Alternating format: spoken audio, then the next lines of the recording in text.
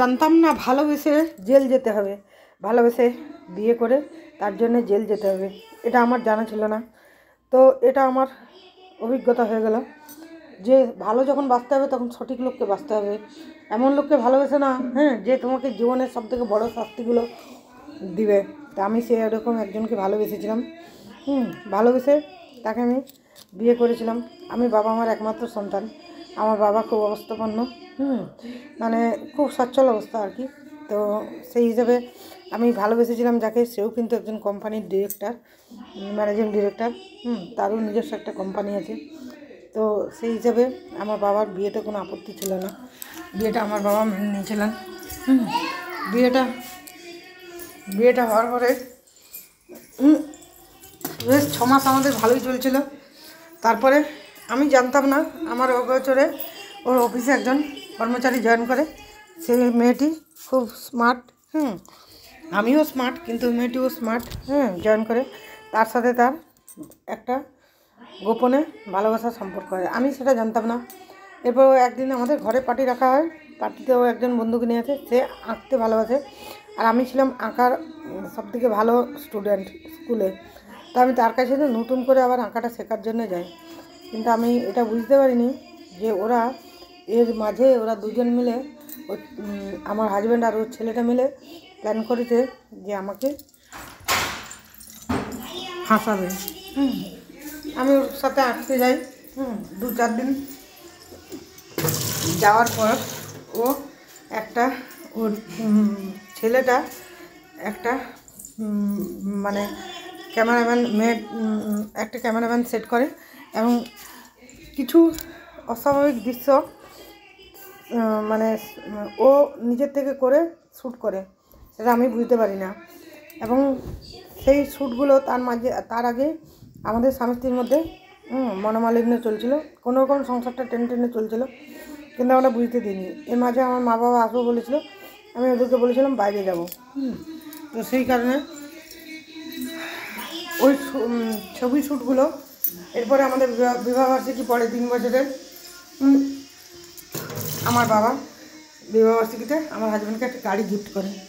সেটা আমার হাজব্যান্ড নিতে চায়নি, কারণ তার অনেক আছে। তারপরে সেই দিন বিবাহবার্ষিকীর দিন আমার হাজব্যান্ডের কাছে ওই ছবিগুলো ওর ওই পরিচিত ছেলেটা দেয়, এবং দেওয়ার পরে ওই ছবিগুলো নিয়ে আমার বাবাকে ছবিগুলো স্ক্রিনশট পাঠায় এবং বলে যে আমি আপনার মেয়েকে ডিভোর্স দিতে চাই। সেই শুনে আমার তো মানে মাথা খারাপ হয়ে গেছিলো। আমি জানতাম না যে ও কেন আমার সাথে এরকম করছে, পরে ব্যাপারটা বুঝলাম। তারপরে আমি ওর ঘরে গেলাম, ওই ছেলেটা ঘরে, যার কাছে আঁকা শিখতাম, ওর বন্ধু, তাকে বললাম। সে বললো না, এগুলো আমি কিছু করিনি। তো তার মাঝে আমি যখন গেলাম তখন আমার স্বামী আর ওর মেয়ের পরিকল্পনা করে ওকে খুন করে দিল, আর আমি ও ঘর থেকে বেরোচ্ছিলাম বলে সবাই বললো আমি খুন করেছি, আমাকে পুলিশ ধরে নিয়ে গেল। সেই মুহূর্তে আমার মা বাবা এসে হাজির। যখনই ও বলেছে ডিভোর্স দিয়ে দেবো, আমার বাবা মা ভেবেছে যে কেসটা কীরকম দেখে আসি। তো আমার বাবা মা আমাকে অনেক চেষ্টা করলো ছাড়ানোর, কিন্তু জেল থেকে ছাড়াতে পারলো না। পরে ধরা পড়লো, ওরা দুজনে মিলে আমাদেরকে হেল্প করে, আমার বাবাকে, এবং সেখান থেকে জানা যায় যে ও এরকম ফটোগ্রাফার লাগিয়ে আমার ফটো শ্যুট করিয়েছে, আর এগুলো সব মিথ্যা। তারপরে আমার হাজব্যান্ডকে আর আমার হাজব্যান্ডের মেয়েটাকে ধরে নিয়ে আসে পুলিশ, জানতে পারে যে খুনটা ওরাই করেছিল, আদৌ আমি এর সাথে জড়িত না, বা আমি এইসব অবৈধ কোনো সম্পর্ক আমার কারোর সাথে ছিল না।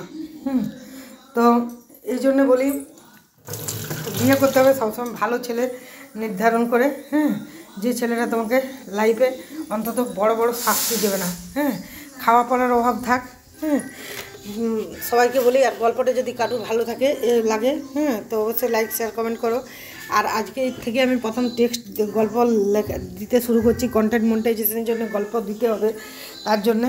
আর এটা একটা সত্য ঘটনা থেকে নেওয়া, এটা দেখা সত্য ঘটনা থেকে গল্পটা নেওয়া। যদি গল্পটা ভালো থাকে তো একটু শেয়ার করে দেবে।